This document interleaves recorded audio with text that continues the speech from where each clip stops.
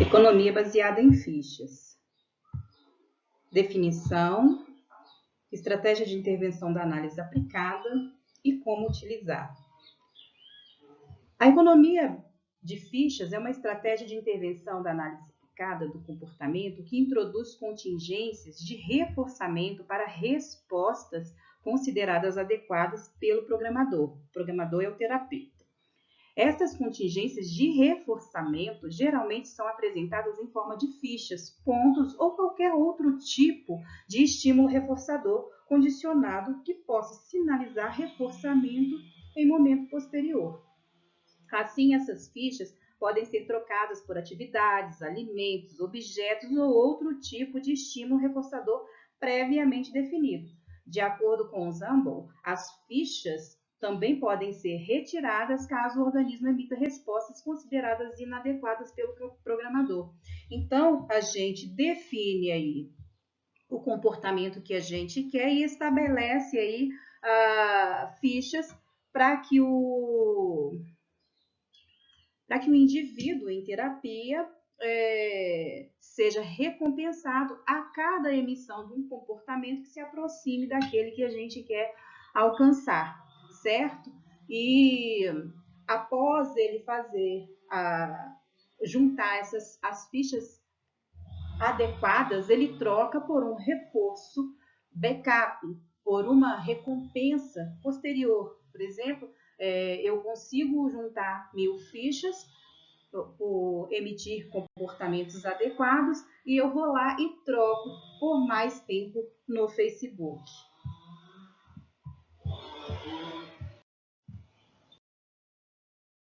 Vamos então aqui para as etapas para estabelecimento e o manejo de uma economia de fichas. Primeiro, decidir o comportamento-alvo. Listar os objetivos de curto e de longo alcance. Arranjar os objetos em ordem de prioridade. Selecionar os objetivos mais importantes para os indivíduos no programa e que são pré-requisitos para objetivos posteriores. Esses objetivos têm que ser significativos para o sujeito. Identificar vários objetivos prioritários por onde começar, enfatizando aqueles que podem ser alcançados rapidamente.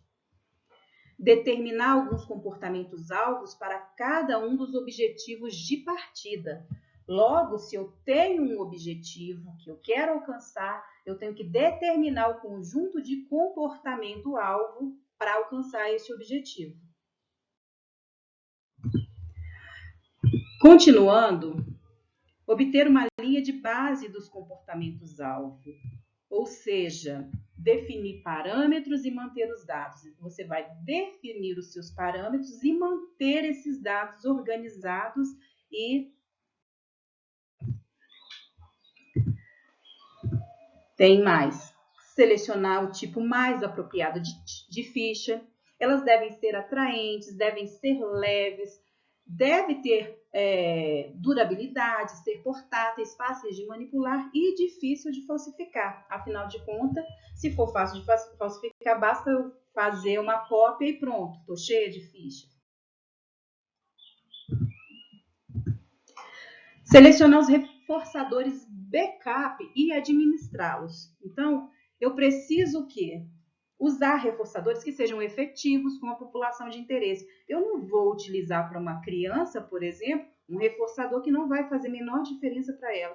Se a criança não gosta, por exemplo, de chocolate, vamos usar o exemplo do chocolate aqui, eu não vou ter como estabelecer, você tem tantas fichas e você troca por chocolate. Isso não vai ser interessante para ela. Então, eu tenho que usar o reforçador que seja adequado e efetivo com a população que está inserida nesse programa. Coletar as informações verbais do indivíduo envolvidos com o programa referente aos seus reforçadores.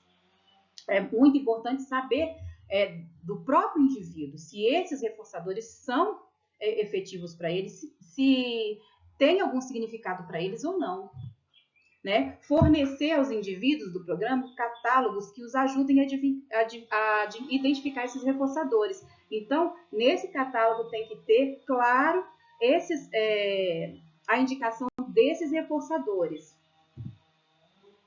deixar bem claro, né, as regras, como, quando, onde, quem, né? Perguntar aos indivíduos do programa o que gostam de fazer em seu tempo livre, porque isso pode ser usado também como um reforçador backup. Identificar reforçadores naturais que possam ser programados. Vamos supor, um elogio, né? Enfim, o que você tiver aí na sua imaginação, que seja um reforçador natural.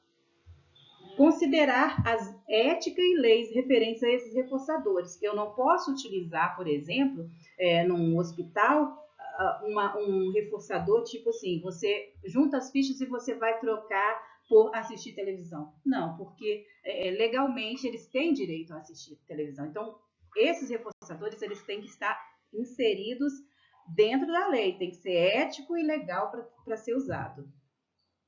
Temos que delinear um depósito apropriado para guardar, exibir e dispensar reforçadores backup. Por exemplo, se eu for utilizar um programa de economia de ficha dentro da sala de aula, eu, professora, adquiro vários objetos que são de interesse da criança e eu tenho que ter um lugar apropriado para guardar esses objetos, para exibir e para dispensar aos alunos, certo? Identificar a ajuda disponível.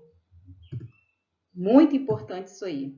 Equipe existente, os voluntários que eu tenho que eu posso contar com eles nesse programa, os estudantes universitários que podem ser utilizados, que podem se desprender para poder ajudar nesse programa, os residentes da instituição, caso seja um hospital, os membros da economia de ficha, os próprios membros também podem ser aí treinados para estar retroalimentando esse programa, porque aqueles que já estão mais adaptados ao sistema podem ser aí assistentes e gerentes daqueles que estão chegando e sendo inseridos agora no programa.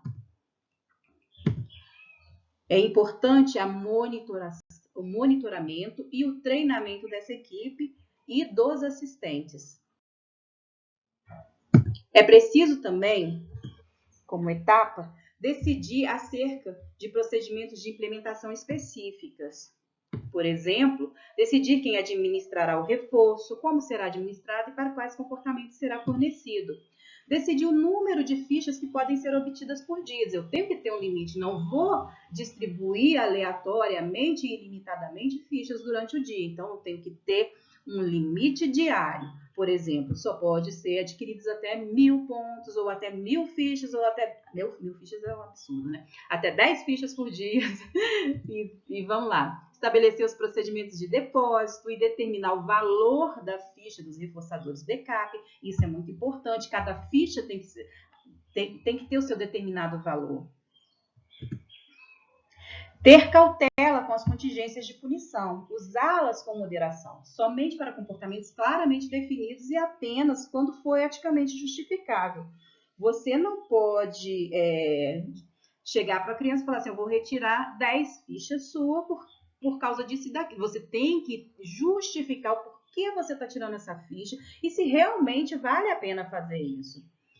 Você não recolheu seus brinquedos, não arrumou seu quarto, então você vai me pagar a multa de 10 fichas. Estabelece essa multa, mas deixa isso previamente ajustado. Garantir que os deveres da equipe e dos assistentes sejam claramente definidos e que um esquema de monitoramento e reforço desejável seja implementado. Então, é muito importante que esses assistentes, que essa equipe treinada tenha muito bem definida a sua ação, onde vai atuar. E que o esquema de monitoramento também seja acertado previamente. É muito bom também reforçar a equipe, tá? A equipe também tem que ser reforçada, lógico. Fazer o planejamento considerando potenciais problemas. Já fazer um planejamento com as variáveis e as contingências que você pode ter que vir a implementar.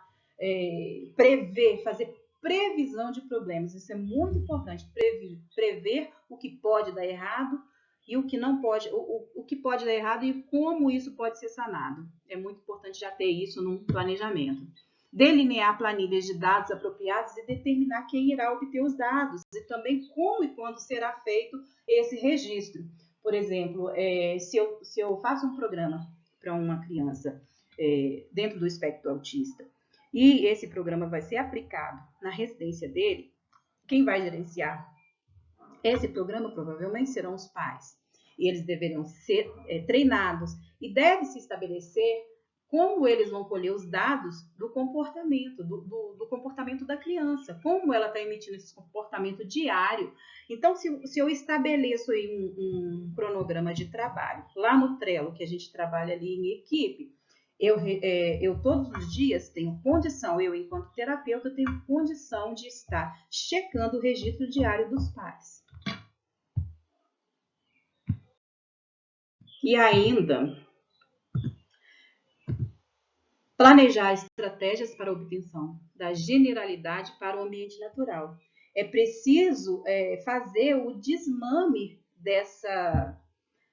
desses reforçadores. Eu não vou reforçar ad eterno para o resto da vida. Uma hora eu vou ter que parar isso. Então, esse desmame tem que ser feito naturalmente. Tem que ser. Tenho duas maneiras de realizar esse desmame.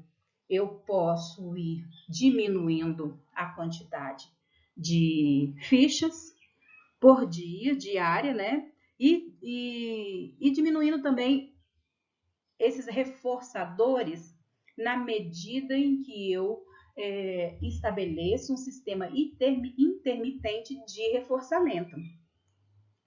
Ou substituir esses reforços por reforços naturais. Monitorar e praticar as diretrizes éticas relevantes em cada etapa. Isso é óbvio. Ter sempre em mente as considerações éticas e não esquecer de preparar um manual com todas as regras, com todas as especificações do programa.